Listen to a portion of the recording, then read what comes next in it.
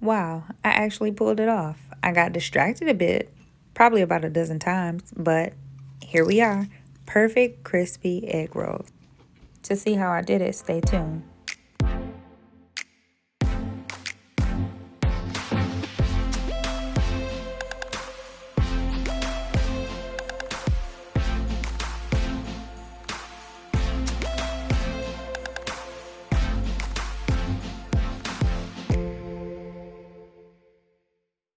Here's a list of all the ingredients that you'll need for these shrimp egg rolls. Feel free to stop, pause, or rewind the video as needed in order to catch all the ingredients. Now let's cook.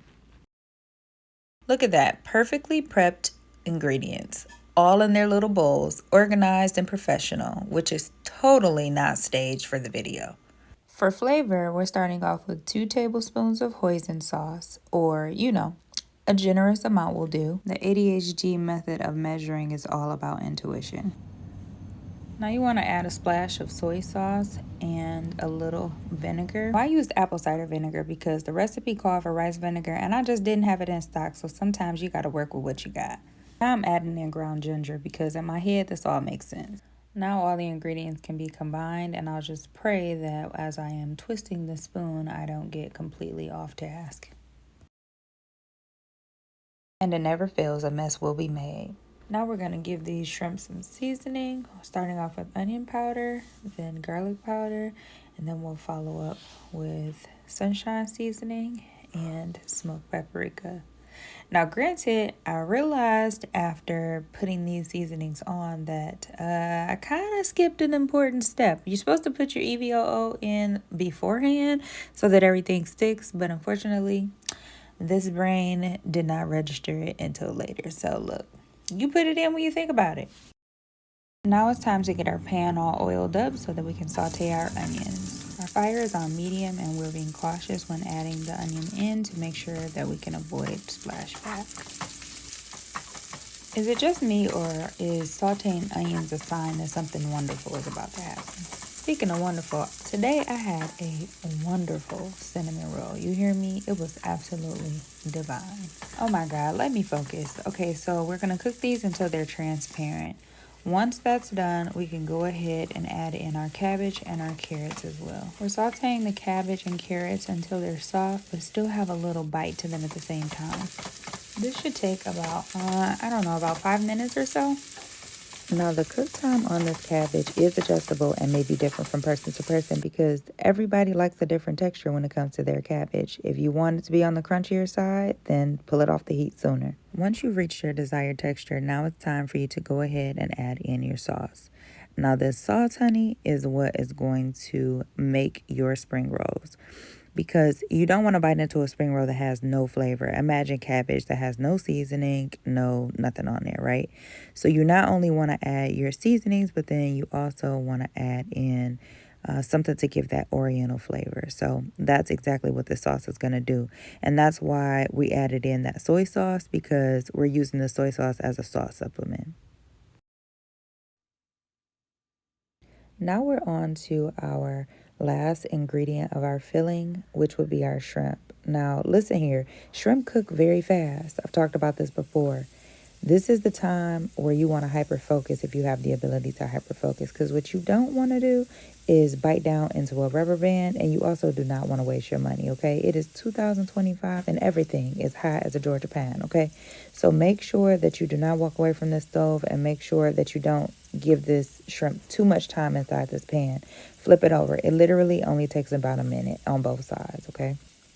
When you bite down into this shrimp, you want it to be juicy and succulent. You do not want to feel like you just bit into some beef jerky inside of an egg roll. That is a hot mess. Once they're finished, remove them from the pan and just set them to the side. Now, as I was working on this shrimp, it dawned on me that, oh my goodness, I did a step off camera and did not film it. So look at here.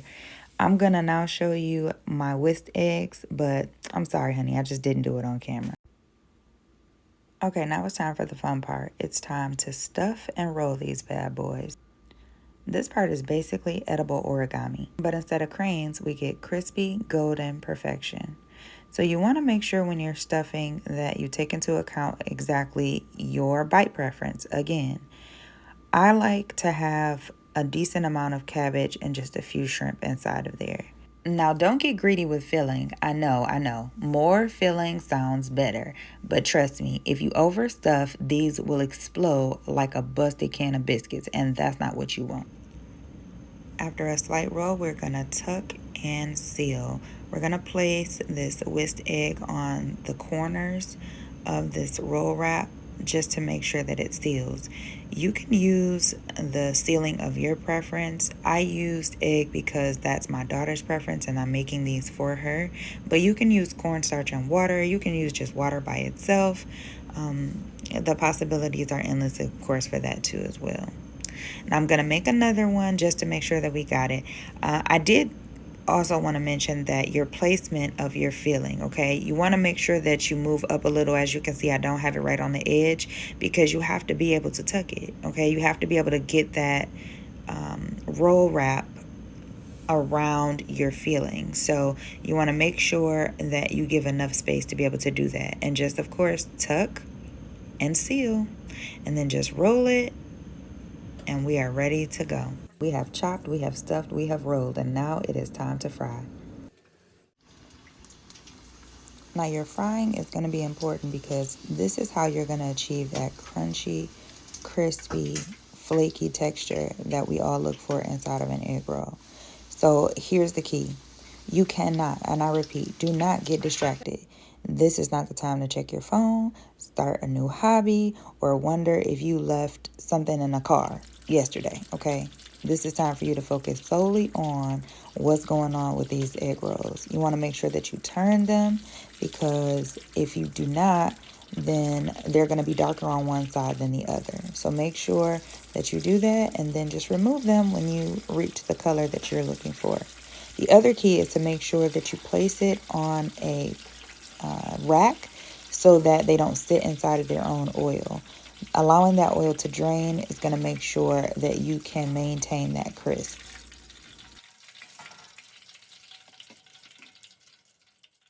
And after sitting for a minute, they are ready to be plated. Would you just look at these? Oh my goodness, crispy, golden, textbook perfect. If these egg rolls were in a beauty pageant, they would take the crown. No competition. The sauce that I'm using here is duck sauce, but you can honestly use whatever sauce you want to, whether it's sweet and sour sauce, soy sauce, or no sauce at all, because it's good enough to do that. Yes, it's good enough to do no sauce.